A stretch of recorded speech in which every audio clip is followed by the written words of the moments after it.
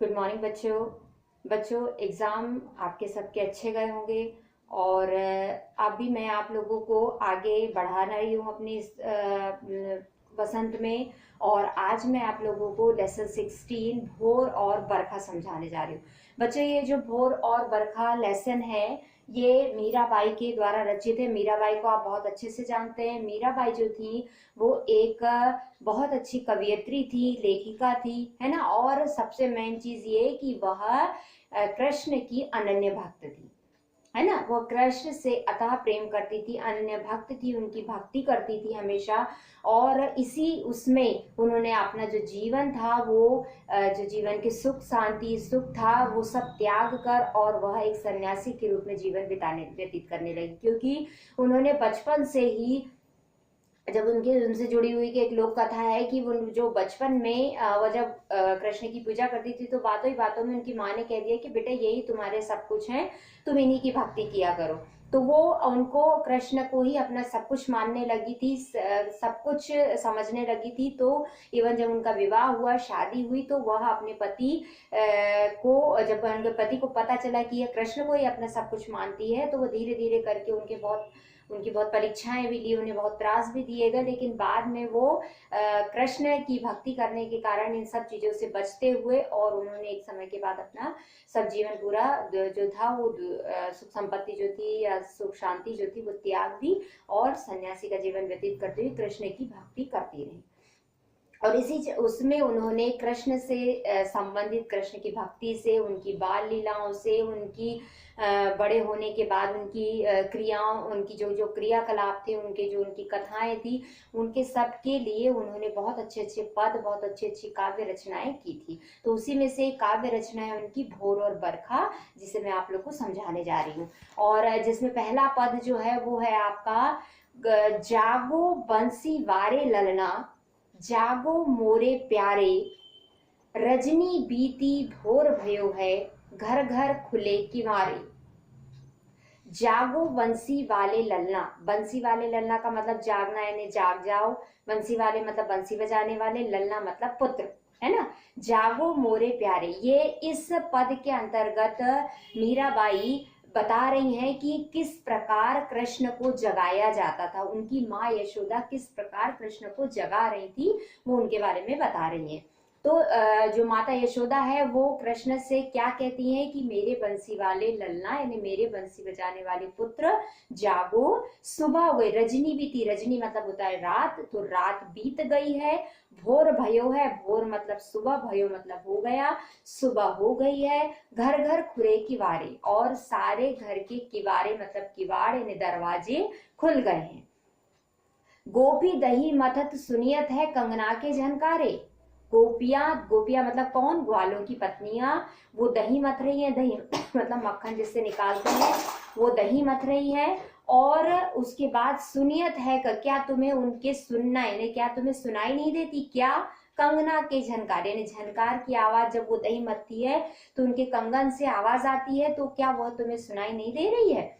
उठो लाला जी भोर भयो है, सुर नर ठाड़े द्वारे, उठो लाला जी यानी उठ जाओ मेरे पुत्र, सुबह हो गई है। सुर नर, सुर मतलब होता है राक्षस, और नर मतलब सुर मतलब सॉरी देवता, और नर मतलब हो गया मनुष्य।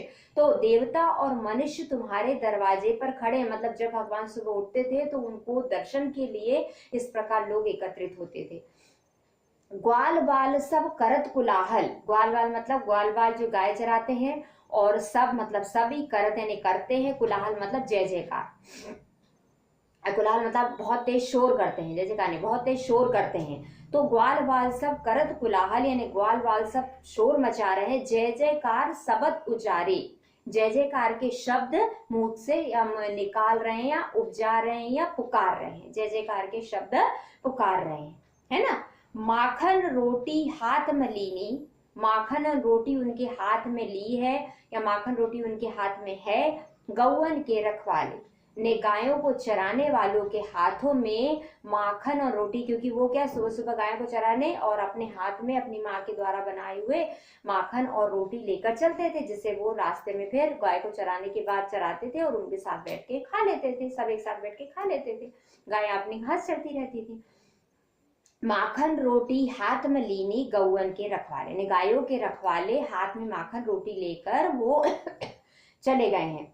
मीरा के प्रभु गिरधर नागर शरण आया को तारे। मीरा कहती है कि मेरे प्रभु गिरधर नागर, या मीरा के प्रभु गिरधर नागर यानी जो है, मीरा जी कहती है कि मेरे प्रभु गिरधर नागर, गिरधर मतलब क्या उठाने वाले, पर्वत को उठाने वाले, है ना। गिरधर मतलब पर्वत को उठाने वाले मेरे कृष्ण, अब जो शरण में तुम्हारी आया है, जो तुम्हारे शरण में आया है, उसको तारो, उसको मतलब जीवन क्या करो, उसका उद्धार करो, या उसको तारो, या उसको इस भवसागर से या इस जीवन से मुक्त करो। जो मुक्ति चाहते हैं और जो सुख चाहते हैं उनको सुख प्रदान करो। ये तो पहले पद का था। तो पहले पद का हम जो सारांश निकालते हैं वो क्या है कि जो कृष्ण को उठाने का प्रयास किया जाता है और उसमें यशोदा माँ इतनी बातें उनको बताती हैं। दूसरा पद है बरसे बदरिया सावन की मन भावन की। सावन में उमग्यो मेरो मनवा भनक सुरी हरि आवन की। अब जो मीराबाई है वो ये कहती है कि जब सावन का समय आता है, जब सावन का महीना आता है, तब उस समय जब पानी बरसता है, बदरिया, बरसे बदरिया ने बादल बरसते हैं, मतलब इस प्रसंग में क्या कहा गया है कि जो कृष्ण है उनकी आने की इच्छा, और सावन का महीना कैसे मीराबाई को बहुत ही अच्छा लगता है, उन्हें यह मौसम बहुत अच्छा लगता है, यह महीना बहुत अच्छा लगता है, क्योंकि इसमें कृष्ण के आने की उनकी इच्छा जो थी वो पूरी होने की रहती है, मतलब इच्छा पूरी होने वाली रहती है। तो वो क्या कहते हैं कि बरसे बदरिया सावन की, यानी कि सावन की जो सावन में जो बादल हैं वो बरसने वाले हैं, सावन की मन, और यह मौसम मुझे बहुत ही अच्छा लगता है, मन भावन यानी मुझे मेरे मन को बहुत अच्छा लगता है। और सावन में उमग्यो मेरो मनवा, यानी सावन में मेरा मन बहुत ही उमंग यानी उत्साहित हो जाता है, क्योंकि भनक सुरी हरि आवन की, जैसे ही कृष्ण के आने की मैं बात सुनती हूँ तो वैसे ही मेरा मन बहुत प्रसन्न हो जाता है। उमड़ घुमड़ चौदिस से आया, चारों ओर से बादल जो है वो आ जाते हैं, घुमड़ घुमड़ के आ जाते हैं, दमिक दमके झरलावन की, और बिजली की चमक होती है। तो क्योंकि किसका वर्णन किया गया है, बारिश के मौसम का वर्णन किया गया है कि बहुत चारों तरफ से काले काले बादल आते हैं, बिजली की चमक दिखाई देती, सुनाई देती है, आवाज सुनाई देती है। नन्ही नन्ही बूंदन मेहा बरसे, बादल जो है वो नन्ही नन्ही बूंदों के द्वारा बरस रहे हैं, शीतल पवन सुहावन की, और ये जो उस समय की जो हवा है बहुत ही शीतल हो जाती है, और ये बहुत अच्छी लगती, मन को बहुत अच्छी लगती, सुहावनी लगती है, सुंदर लगती है। मीरा के प्रभु गिरधर नागर आनंद मंगल गावन की। अब मीरा जी कहती है कि मेरे प्रभु गिरधर नागर, अब ऐसा मन कर रहा है कि इस सावन के मौसम में मैं बहुत उमंग से, उत्साह से, आनंद से गाने गाऊं। तो जो मीराबाई है वो बहुत ही सुंदर तरीके से सावन के महीने का वर्णन करती है, और उसमें उनकी प्रसन्नता का भी वर्णन करती है, क्योंकि वह मौसम उनके कृष्ण को भी प्यारा है और उन्हें भी प्यारा है। तो इस तरह उनमें उसमें मिलने की उनकी आकांक्षा, जो उनके दर्शन की इच्छा है वो बढ़ जाती है, और सुनते ही कि कृष्ण उस मौसम में आए तो उनको बहुत खुशी होती है कि मैं अब उनके दर्शन पा सकूं। ठीक है, तो इस तरह से ये पद थे, मैं आपको उसके क्वेश्चन आंसर्स और शब्दार्थ जो है वो आपको नोट्स के द्वारा भेजूंगा।